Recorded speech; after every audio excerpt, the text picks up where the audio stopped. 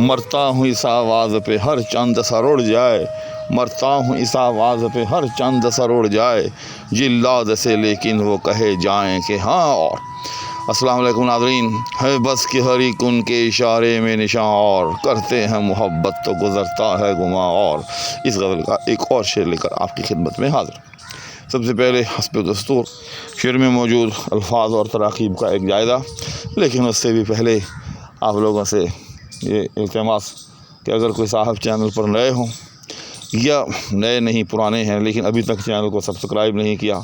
تو چینل کو سبسکرائب ضرور کر دیں، نہیں آگے سے آگے جو ہے وہ شیئر بھی کر دیا کریں اور ویڈیوز کو لائک بھی کر دیا کریں۔ اس سے چینل کی جو ہے تھوڑی سی ریچ جو ہے وہ بڑھ سکتی ہے، کیونکہ ابھی یہ چینل جو ہے یوں سمجھیں کہ عرصہ دراز سے یہ چینل چل بھی رہا ہے، لیکن ابھی پاؤں کے بل تو کیا کھڑا ہوگا، ابھی یہ گھٹنوں کے بل ہی جو ہے وہ ابھی یوں سمجھیں کہ رینگ رہا ہے۔ اس لیے آپ لوگوں کی سپورٹ کی جو ہے وہ شدید ضرورت ہے۔ تو آئیں بلا تاخیر شعر کی طرف بڑھتے ہیں۔ سب سے پہلے اس میں موجود الفاظ کا ایک جائزہ۔ مرتا ہوں اس آواز پہ، مرتا ہوں اس آواز پہ، ایک مرنا حقیقی معنوں میں ہوتا ہے اور دوسرا مرنا جو ہے وہ محاورے کے انداز میں ہے، روزمرہ ہے ہمارا کہ بھی فلاں شخص جو ہے اس پر مرا جا رہا ہے، یعنی اس پر عاشق ہے، اس پر شیدا ہے۔ تو یہاں مرتا ہوں کا لفظ جو ہے وہ اپنے حقیقی معنی کی بجائے اپنے مجازی معنوں میں ہے، یعنی مرتا ہوں، اس پر شیدا ہوں، اس پر عاشق ہوں، یہ اس چیز کی بہت تمنا جو ہے وہ رکھتا ہوں۔ مرتا ہوں اس آواز پہ ہر چند، ہر چند کا مفہوم میں پہلے بھی بیان کر چکا ہوں، دوبارہ دہرا دیتا ہوں کہ ہر چند جو ہے وہ اگرچہ کے معنی میں لیا جاتا ہے، کبھی اس کے ساتھ کہ کا لفظ جو ہے وہ استعمال ہوتا ہے اور کبھی نہیں ہوتا، جیسے ہر چند کے ایسے بھی مستعمل ہوتا ہے اور ہر چند اس طرح بھی مستعمل ہوتا ہے۔ سر اڑنا یہ بھی محاورہ ہے، یعنی مارا جانا، قتل ہو جانا۔ جب کسی کا سر تن سے جدا ہو جائے، سر اڑ جائے تو ظاہر ہے وہ آدمی مر ہی جاتا ہے۔ جلاد کو لیکن وہ کہے جائیں کہ ہاں اور،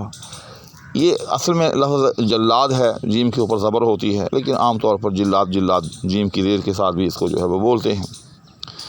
اور عام طور پر یہ سمجھا جاتا ہے کہ جو موت کے گھاٹ اتارتا ہے اس کو جلاد کہتے ہیں، لیکن حقیقت میں ایسا نہیں ہے۔ یہ بھی یوں سمجھیں کہ ایک اس کا مرادی معنی ہے، اور ہمارے ہاں ہند و پاک میں جو ہے یہ مشہور ہو گیا ہے، حتیٰ کہ پھانسی کے گھاٹ پر جو آدمی پھانسی دینے کے لیے مقرر ہوتا ہے اس کو بھی جلاد کہتے ہیں، لیکن ایسا نہیں ہے۔ اصل میں یہ لفظ جو ہے وہ جلد سے ہے، اور درہ اور کوڑا جو ہے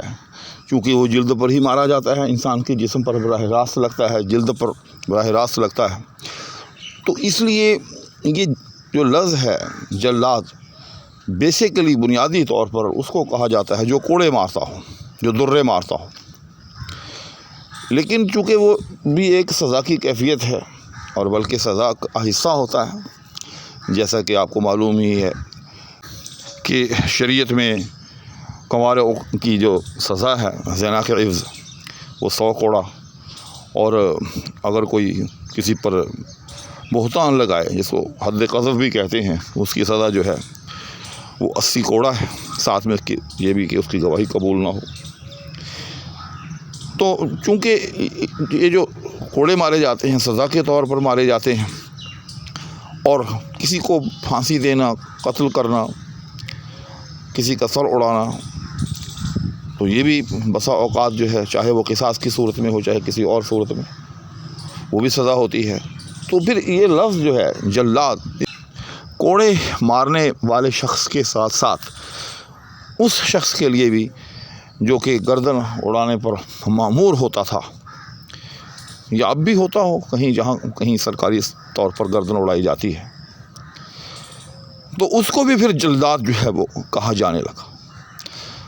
الغرض کہنا یہ چاہتا ہوں کہ جلاد کا جو اصل مفہوم ہے لغوی طور پر وہ ہے کوڑے مارنے والا، لیکن ہم اس کو فی زمانہ کسی کو مطلقاً قتل کرنے والا اگر کوئی شخص ہے، کوئی مقرر ہے، اس کے لیے بھی استعمال کرتے ہیں، اور جیسا کہ میں نے عرض کیا کہ پھانسی گھاٹ پر وہ شخص جو نہ ہی کوڑے مارتا ہے اور نہ ہی جو ہے وہ گردن اڑاتا ہے، وہ صرف ایک لیور کو جو ہے وہ دائیں بائیں کرتا ہے، جس کے نتیجے میں جو ہے وہ شخص جس کو موت کی سزا دی جا رہی ہوتی ہے اس کی سانس بند ہو جاتی ہے، وہ لٹک جاتا ہے، اس کا گلا جو ہے وہ گھونٹ دیا جاتا ہے، تو اس شخص کو بھی جلاد کہتے ہیں۔ اس کے بعد اب اور کوئی لفظ اس میں ایسا نہیں ہے۔ اب آتے ہیں شعر کی جو ہے وہ معنوی توضیح کی طرف۔ اور کہتا ہے کہ مرتا ہوں اس آواز پہ ہر چند سر اڑ جائے۔ غالب نے پورا ایک منظرنامہ جو ہے وہ تشکیل دیا ہے۔ غالب کو جو ہے وہ معشوق کے آگے جو ہے وہ لایا گیا ہے اور حکم صادر ہو گیا ہے معشوق کی طرف سے کہ غالب کو مارنا شروع کرو۔ اب اس میں کوئی ایسا تعیین کا یوں سمجھیں کہ کوئی قرینہ نہیں ہے کہ غالب کو کوڑے مارے جا رہے ہیں یا غالب کو کسی چھڑی سے پیٹا جا رہا ہے، لیکن یہ جو ہے نا دوسرا لفظ کہ ہر چند سر اڑ جائے، یہ اس بات کا قرینہ ضرور ہے کہ سخت سزا دی جا رہی ہے، حتیٰ کہ اس سزا کے نتیجے میں غالب کی موت بھی واقع ہو سکتی ہے۔ چنانچہ وہ جلاد جو ہے وہ غالب کو مارنا شروع کرتا ہے، اور جب ایک مرتبہ مار لیتا ہے تو پھر وہ معشوق سے پوچھتا ہے کہ ہاں جی اور کیا ابھی مزید مارنا ہے یا کہ بس کر دوں؟ تو آگے سے وہ کہتا ہے ہاں اور نہیں ابھی بند نہیں کرو، ابھی غالب کو مزید مارو۔ تو غالب کو حالانکہ اندازہ لگائیں کہ غالب کو جس طرح سے مارا پیٹا جا رہا ہے، چاہے وہ کوڑوں کی صورت ہے، چاہے وہ تلوار کے ساتھ اس پر وار کیے جا رہے ہیں، تو اس میں اغلب یہ ہے کہ غالب کی موت واقع ہو جائے گی، حتیٰ کہ وہ وار جو ہے اگر تلوار کے ساتھ اس کو گزند پہنچائی جا رہی ہے، وہ تلوار جو ہے اس کے سر پر بھی چل سکتی ہے، سر بھی اڑ سکتا ہے، لیکن غالب ہے کہ مرتا ہوں اس آواز پہ کہ وہ جو ہاں اور کا لفظ اس دل نشیں انداز میں اس حسین کے منہ سے نکل رہا ہے، بس غالب اس پر فدا ہوا جا رہا۔ حالانکہ عقل کا تقاضا تو یہ ہے کہ غالب یہ خواہش کرے کہ جب جلاد پوچھے کہ ہاں جی اور ماروں، تو آگے سے معشوق کہے کہ نہیں بس، تاکہ غالب کی اذیت کا سلسلہ جو ہے وہ رک جائے۔ لیکن غالب چونکہ ایک عاشق صادق ہے، وہ ایک تو اس کی آواز پر مرتا ہے کہ جب اس حسین کے منہ سے دل نشیں لہجے میں وہ ہاں اور کا لفظ نکلتا ہے تو غالب اس کی لذت اور اس کے سرور میں ڈوب جانا چاہتا ہے۔ دوسرا ساتھ میں یہ بھی تمنا ہے کہ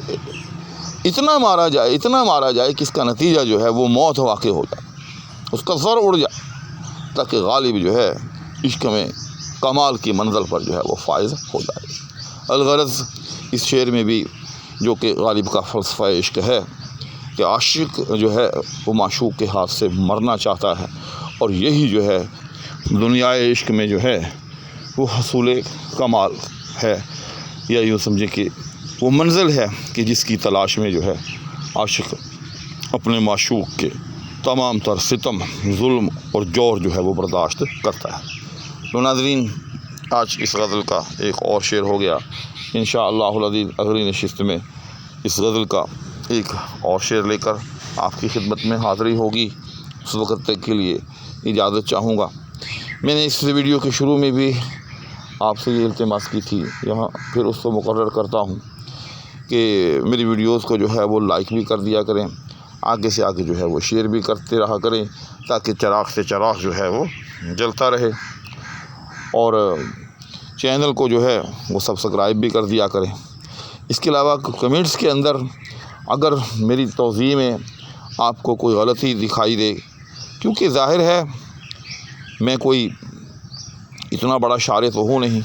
بلکہ کوئی بڑے سے بڑا شارح ہو بھی غلطی کا امکان تو اس سے بھی ہوتا ہے، تو اگر کوئی غلطی دکھائی دے تو اس کو بھی کمنٹ میں ڈال دیا کریں، اس کی اصلاح کر کے۔ اور اس کے علاوہ اگر اس شعر کی توضیح کے حوالے سے کوئی تشنگی باقی ہو، اس میں کوئی ایسا پہلو رہ جائے کہ جو قابل وضاحت ہو، تو اس کی وضاحت بھی جو ہے وہ بھی کمنٹ میں ڈال دیں۔ اور اگر بالکل کوئی اچھوتا پہلو شعر کا آپ کی نظر میں ہو، یعنی کسی اور انداز سے جو ہے اس شعر کی تشریح بھی کی جا سکتی ہو، تو وہ تشریح بھی جو ہے آپ کمنٹ میں ڈال دیں، تاکہ اس طرح سے سب احباب کا جو ہے وہ فائدہ ہوتا رہے۔ دعاؤں کی درخواست کے ہمراہ اور آپ کے لیے ڈھیر دعاؤں کے ساتھ اجازت کا طلبگار۔ اللہ حافظ۔